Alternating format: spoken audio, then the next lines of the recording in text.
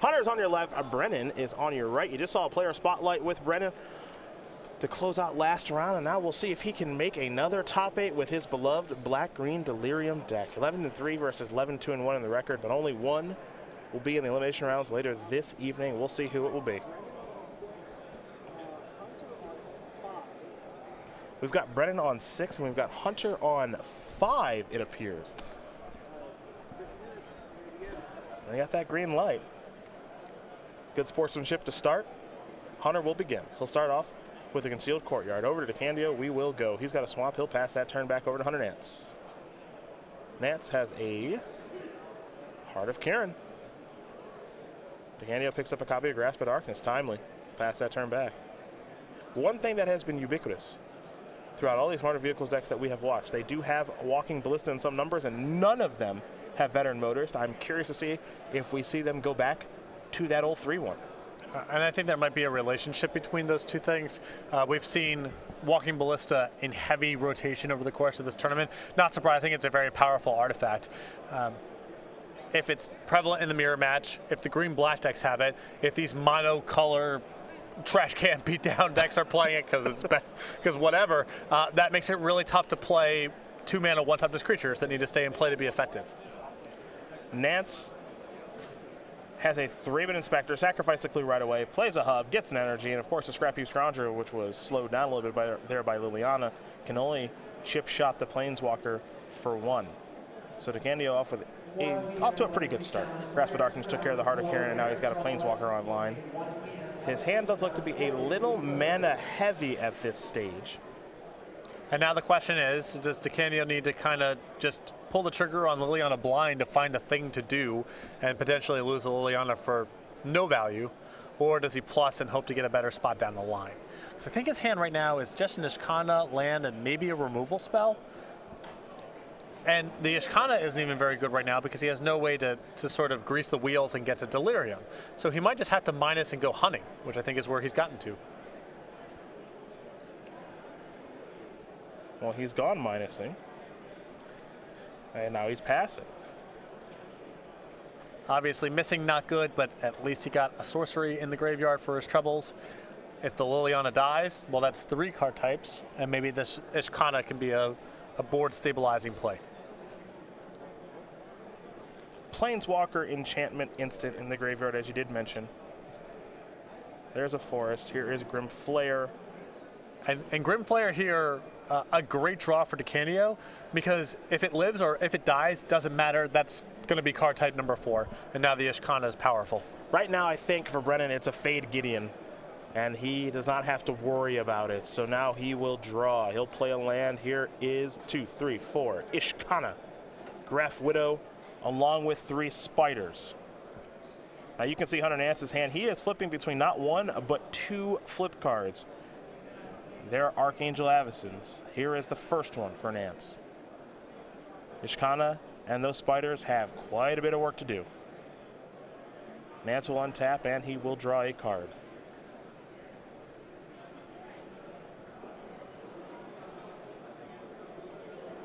Scrap Heap Scrounger is happy to attack because if one of Nance's creatures die, life is pretty good. So if I'm DeCandio, I might consider just taking this hit. Yep, you'd ideally, I think a chump block here is fine too. You'd ideally like to have some instant speed interaction for the Avacyn before trading off anything, just to be able to kill the Avacyn with the trigger on the stack. We'll head back to DeCandio's way after Nance did play another copy of Aether Hub. Grim Flare, a swamp, and one of DeCandio's real favorites into the Slaughter, the draw. That's a Grim Flare. DeCandio with the mana available to cast to the Slaughter or activate Hiss and Quagmire. And now we will head Hunter Nance's way. Remember, another copy of Archangel Avacyn in the hand here for Nance. Here comes Scrap Heap Scrounger again. If we saw a chump last turn, I would imagine we're going to see one again. I guess the calculus has changed a little bit now that the Grim Flare is a 4/4 to survive it, and the Ishkana survives it too. I think we're going to see a double chump here. Well, this is a trade. I mean, he's offering up. And I guess the reasoning here is now with To the Slaughter being the draw, the Avacyn flip will take care of the Thraben Inspector, and then your To the Slaughter is an answer. And you have a 4 toughness creature and a 5 toughness creature. It's not a bad setup. There that goes. DeCandio will draw. Picked up another copy of Grimflayer. He'll play that. He'll pass the turn back. So much patience here. Yeah. Playing around another Avacyn here or some other response, it's great discipline. It's a pretty sharp kid. Archangel Avacyn. We might have a response with To the Slaughter. We do. So that's going to take care of the first one. And Nance doesn't have the mana to get back the Scrap Heap Scrounger, so now he's just got a 4/4, which is being checked, of course, by Ishkana. I think most of the players in this room would have lost the game in that 2-turn back and forth there that DeCandio just navigated. I'm right there with you. Let's see what Nance has here. He's going to cycle a Canyon Slew.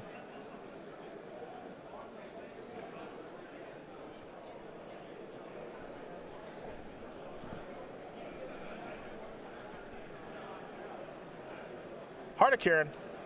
Nance's last card is a Fatal Push. Pass the turn back. Let's go to DeCandio, who picked up a Vessel of Nascency. Nothing wrong with that hit. I'm going to crack it right away. Top 4, Ishkana, Blooming Marsh, Tireless Tracker, Traverse the Open World. Interesting decision here between Ishkana or Tireless Tracker. With an Avacyn lingering on the battlefield here, I would be more inclined to take the Ishkana. I think it's more powerful the way the game is shaping up, and a much safer card to take if you're concerned about the Avacyn flipping. Beat down. Just one. Scrap Heap Scrounger's back. Turn on the Heart of Kieran. So trade. Yes. Pass the turn back. Trigger. Scrap Heap Scrounger down. DeCandio is going to take some more damage.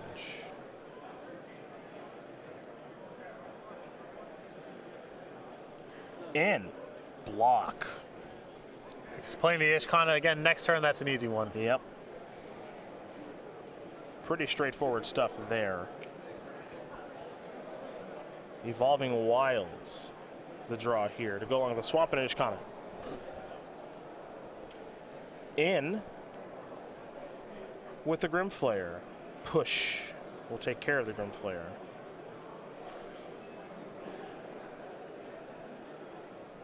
Well, I got to imagine it's just Ishkana time. Got to stabilize this board. There's the Graph Widow. 3 spiders as well. Evolving Wilds, kick it over. Good back and forth between these players.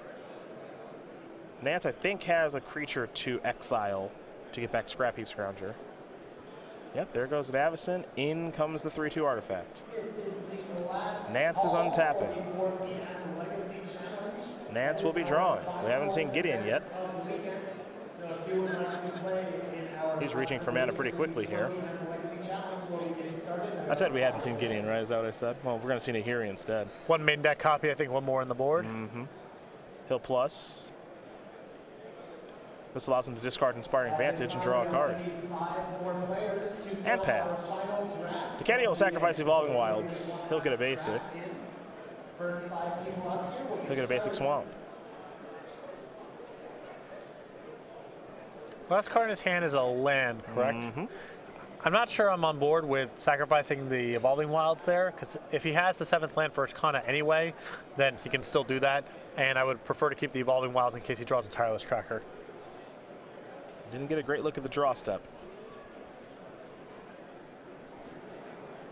And Nahiri is starting to loom a little bit over this game now because it's going to fix Hunter's problem of having to play off the top of the deck. Going to give him a little bit of help in that regard.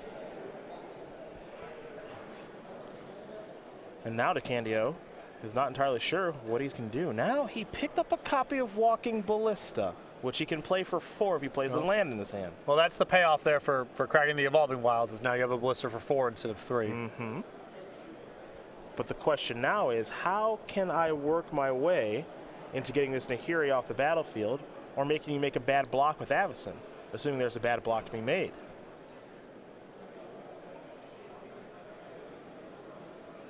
because any attack looks a little strange, right? Yep.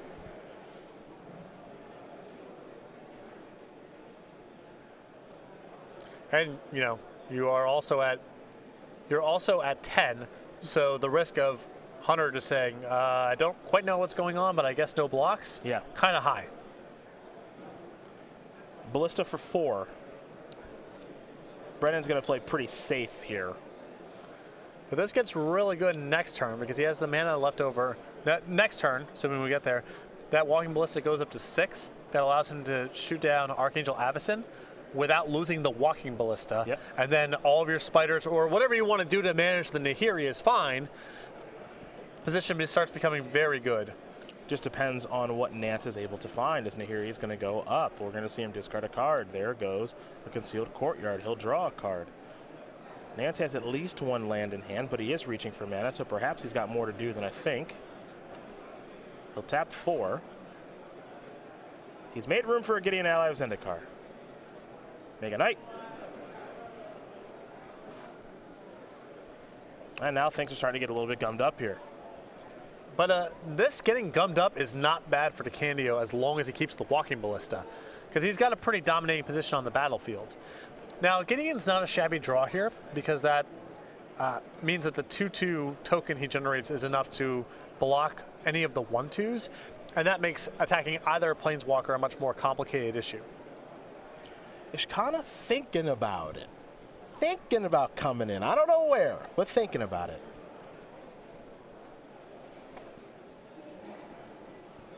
He thought about it briefly last turn, decided to hold off and said, I'll just Ballista for 4 and pass. Now he wants to get in. Spiders too. Well, remember, there's only the only 2 blockers because the Scrounger can't block. And no matter how Nance blocks to protect the Planeswalker, that Walking Ballista gives DeCandio a lot of agency, either to flip off, to take care and finish of the Avacyn, or to whittle down or even kill any of the Planeswalkers should Nance block in particular ways. We'll get confirmation of where these creatures are going. They are all going to Gideon Ally of Zendikar.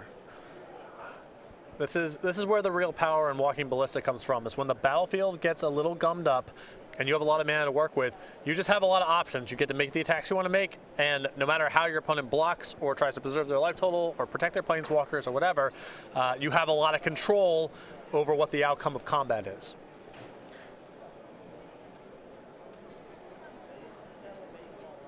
Now, we have infamously seen DeCandio set people up in spots like this with To the Slaughter.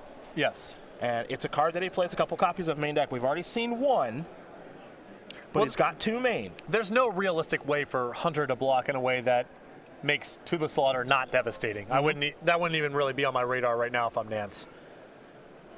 If it happens, I mean, if he had To the Slaughter, he, at the worst case scenario, he goes, pump my Ballista, shoot down your Gideon, To the Slaughter you lose your Nahiri, and my Ballista's still around. There's no way to stop that from happening. Well, he's got Liliana instead. So he will minus. He'll get back Ishkana. He'll replay Ishkana. More spiders.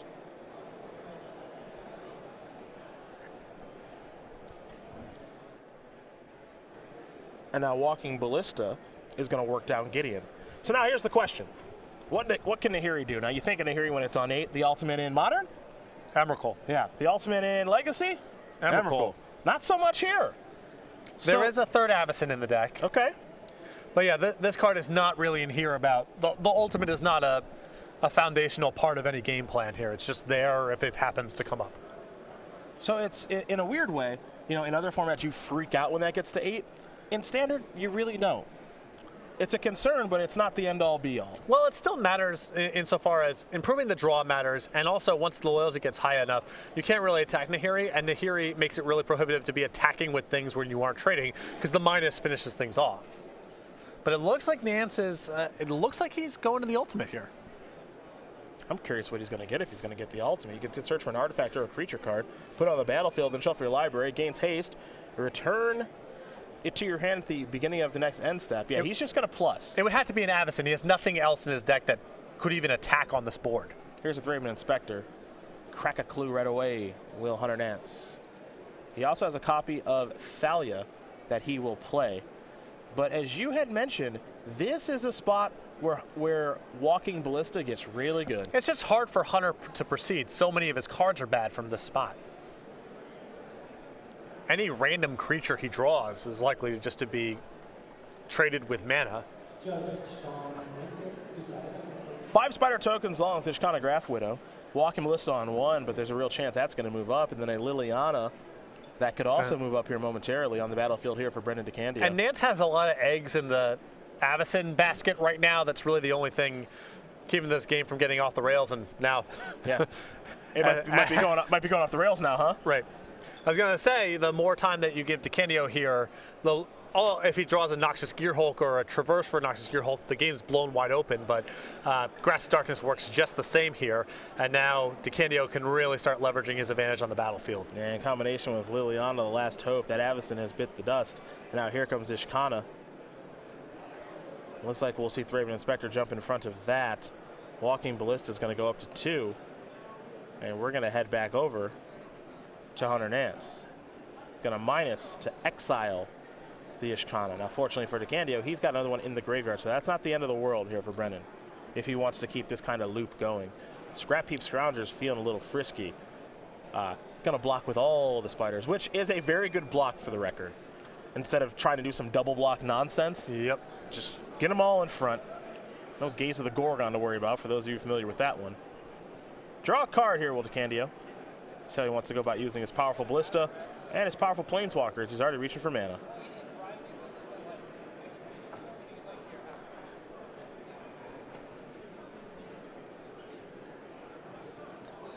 He'll plus Walking Ballista.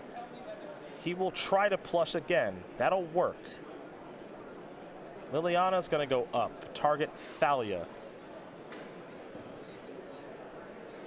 And in.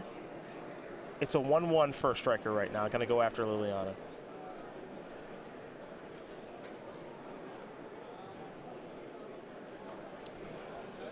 Some sharp play, man. Yep. I mean, this even covers him if Nance has drawn the 3rd Archangel Avacyn. Yep. Some sharp play. Oh, and I think Nance has it. If he's reaching for 5 in the middle of combat.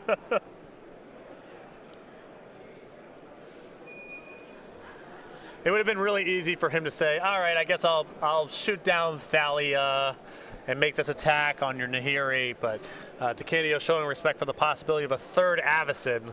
And he found it. Yep, paid off. Ballista can take care of that with the trigger on the stack. That's exactly what it's going to do. So this Thalia is indestructible, sure, but it doesn't even kill a spider.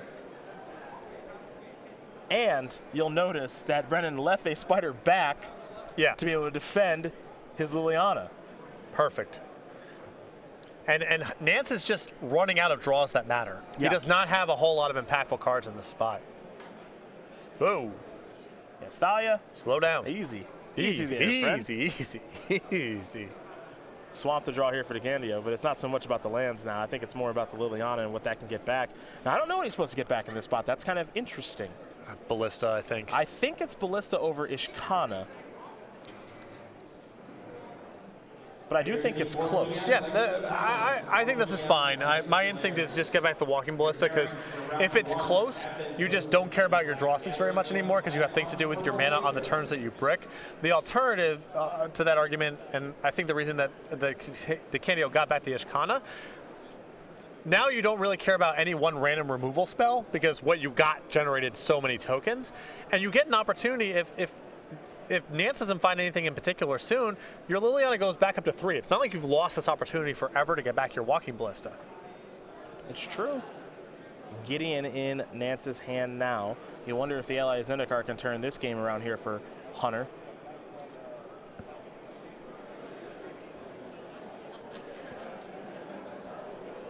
Hunter looks like he has a land to play, but he's going to hold steady for now. Attention, open players. Please remember that if we gave you a slip that says we need your tax information, we need your tax information. It'll be a Ballista here for Hunter Nance. Your prize money for top 64 or better if we do not. All right, he's had enough of the Liliana, so that's going to bite the dust. You are not certain whether we have that information on file. DeCandio will untap, and he will draw a card. It's a forest to go along with a swamp. So DeCandio is in a interesting situation insofar as there's not a lot he can do, it feels like. I don't think there's any great attacks. I don't think there's any horrible attacks, but I think what we might be setting up now is burn him out with Spider. Yep. And, you know, he gets to have, if he wants to, he can shoot, and the turn he's ready to go, he can attack and shoot in one turn. Yep. So unless he's actually going to do something to win the game, he should not attack. Just hang back on defense and let us kind of do her thing. Let's go with its thing. I mean, I don't know if it's a her or a him. It's kind of some Spider King, Spider Queen. Somebody knows on social media. Some motherly characteristics. Yeah, that's true. Making babies. I don't know for sure, but how many blockers here? 1, 2, 3, 4. But Ballista can kill something. If it's close, don't do it. Yep. Just hang tough. Looks like Traverse was the draw.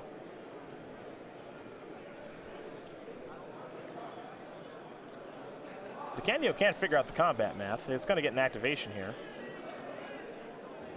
I like activating right away. No reason to let Hunter respond with a removal spell. Yeah, smart.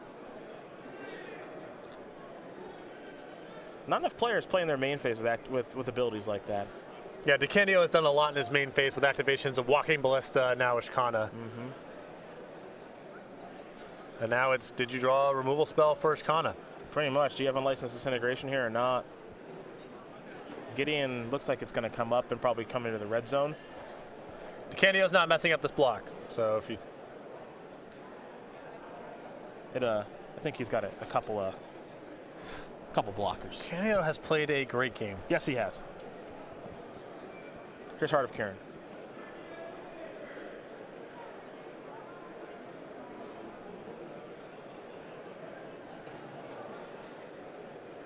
Here come the doofuses. Yeah. I would imagine we're just going to see trumps across the board here. You're going to find out if Hunter's got a removal spell, because he's simply just going to cast. He can't let you untap with the Ishkana, so you'll find out. Yeah. If you have unlicensed disintegration, you're going to cast it a second. I was going to say, I wish the previous turn that Brennan had preemptively traversed for another Ishkana, so if something happened to this Ishkana and he drew a land, he could just go cast Ishkana, activate in the same turn. He's only got 2 in the deck, so he didn't take that line. 1 exiled and 1 on the battlefield. We'll see the Walking Ballista move up a counter, which obviously shows that he does not have a removal spell for the Ishkana Graph Widow. And Hunter will do some things here with Walking Ballista. And there'll be some spiders that are lost. So, it looks like DeCandio a bit short on the spider sting. He has an attack. Yeah, he hasn't attacked yet, but we see, you have to keep in mind, we got 2 knights, and then we have a Heart of Kieran that can just be activated via their move, but, you know, search for Ballista with Traverse. Yeah, he's got to cover a couple different ways. So Brennan DeCandio is going to wing in number 1 here over Hunter Nance. Black Green Delirium up a game here over Marty Vehicles. Now TikTok does go with that clock. This first game took a little while, about 25 minutes after it's all said and done with sideboarding, and we know that these sideboarding games in this matchup get even grindier. So these 2 players are going to have to really get moving with the sideboarding here. We're going to start with Hunter Nance in his Marty Vehicles deck, and he's got a package that lets him go very, very long. 3 Oath of Liliana, 2 Release the Gremlins, 2 Dusk Dawn, and a whole bunch of 1-0s. And here the Harbinger, Fatal Push, Painful Truth, Anguish Unmaking, Cast Out, Omnixilus Reignited. We watched him win a match with that not too long ago. Chandra Torch of Defiance, Scarab Feast. So the 3 Oath of Lilianas alongside the Planeswalker here and the additional Nahiri, the Omnixilus, the Chandra. I think that's all going to come in along with Painful Truths and the removal spells, the Anguish Unmaking and Cast Out. I would bring in the Scarab Feast too. DeCandio's got enough going on with the graveyard that it could come up, and it's not a big deal if it doesn't, because you can just cycle it for a mana. Other side of things here for Brennan, 2 Never to Return. That makes 4 throughout of 75. 2 Appetite for the Unnatural, 2 Liliana Death's Majesty, 2 Cletus Trader of Cat, 2 Yenning's Expertise, 2 Lost Legacy of Manglehorn, his own Scarab Feast, and another copy of Tireless Tracker. And DeCandio is going to grind 2, go up to the full playset of Never to Return, the Tireless Tracker. I would bring in probably the 2nd copy of Manglehorn. I like the Cletuses and the Liliana Death Majesty as well. those are the options there for each player. They're going to sideboard up pretty quickly, I think, especially because DeCandio realizes that his draw was from this matchup, though he is currently up a game. So they're going to have to pick up the pace if they want to finish, especially Hunter Nance, who cannot afford to get a draw right now in this situation. While they do quickly shuffle after sideboarding, we've got a promotion here with our pre-release program where you have seen Amin Kitty, you've seen some of the other cool playmats we've done, and for Hour of Devastation, there's a big bad bird involved. Say hello to the newest member of the StarCityGames.com pre-release exclusive creature collection, Owl of Devastation. Illustrated by fan favorite Deandreo Radak, this disastrous Strix is ready to devastate pre-releases this July. Want this limited edition playmat at your pre-release? Have your local game store contact StarCityGames.com by May 15th to get signed up today. For more information, visit go.starcitygames.com/pre-release and learn how to unleash your endgame with Owl of Devastation. Go.starcitygames.com/pre-release for more information about how to bring Owl of Devastation, you get it, to your Hour of Devastation pre-release. Here we go, game 2, Canyon Slew, Hissing Quagmire. Heart of Kiran is where Nance will start now. Here's a Grim Flaya here for DeCandio. To Nance will go. He'll play another copy of Canyon Slew. And now he will play a Fatal Push. Get that thing out of here. DeCandio will draw. Never to Return was the draw. He'll play a Forest and pass the turn back. Does Nance have that 4th land in Gideon? The answer appears to be no. He will play a Thalia. Fatal Push will take care of the Heart of Kiran. We're going to head over to DeCandio, who will draw another copy of Grim Flayer. He'll play a basic Swamp. Grim Flayer went on the battlefield tap. Let's go back over to Hunter Nance, who did not have a 4th land, and he just picked up a copy of Avacyn, so he's still without a 4th land. DeCandio's the first player I've seen in SCG Tour or even Magic history to correctly resolve creatures in the face of an opposing Liliana. You mean Thalia? Yeah, excuse me, Thalia. Yeah. He's a pro's pro. Yeah. Right now, Hunter Nance is in a pretty tough spot. You can take a look at his hand. It's all expensive threats. He's got a Gideon, I believe, and a Hiri, also a Chandra, Torch of Defiance. You'll also find an Archangel Avacyn and an Unlicensed Disintegration in Hunter Nance's hand, so there's no shortage of quality. It's the quantity of lands that is causing the problem. Here's Gaunty, Lord of Luxury. Oh, give me some lands. Looking for 4 up top. Actually, you're just going to find more spells. There's a Gideon over there. There's a land. Yeah, Thraben Inspector. There was a land up there, too, Inspire of Industry. Those cards will go to the bottom. And if Nance is floundering around here on his mana and has a handful of Planeswalkers, Gideon is going to be awesome. Yeah. Well, he found land number 4, sort of. It's a Concealed Courtyard. I mean, the easiest way to take this thing out of the Planeswalkers is just get out in front of the table here. And if DeCandio just casts this Gideon while Nance is floundering, that could be it. Even if Nance draws the lands, he might not be able to catch up. Well, there's an Unlicensed Disintegration that's going to take care of the Grim Flayer. Gaunty will hit for 2. DeCandio is going to play a Fatal Push, and it's Gideon on the other side of the table. Not where it belongs. And Hunter Nance is in some real trouble because in this matchup, let's call it the Mardu Vehicle's mirror for right now. First player to Gideon normally wins, and it's Brennan DeCandio who actually has it. Now here's a Gideon for Hunter Nance. That's a lot worse than this spot, I can promise you that. Yep. I mean, this is free for DeCandio to take care of, essentially. It doesn't hurt either that he's got a copy of Never to Return to take care of the Planeswalker too. I think he knows he's in a very enviable position right now, does DeCandio. He's just got to make sure that he doesn't make any mistakes, as there is a way to kill that creature. Gideon is going up. That will take care of some of Nance's life total, as the creatures will take care of Gideon. Now here's a Grim Flayer. If Nance was able to find that 4th land on time, we got a different game, but he was not able to. His 5th land is another copy of Concealed Courtyard. It's going to enter the battlefield tapped. And you can see just how frustrating Gideon can be in spots like this if you're in the Mardu Vehicle's mirror.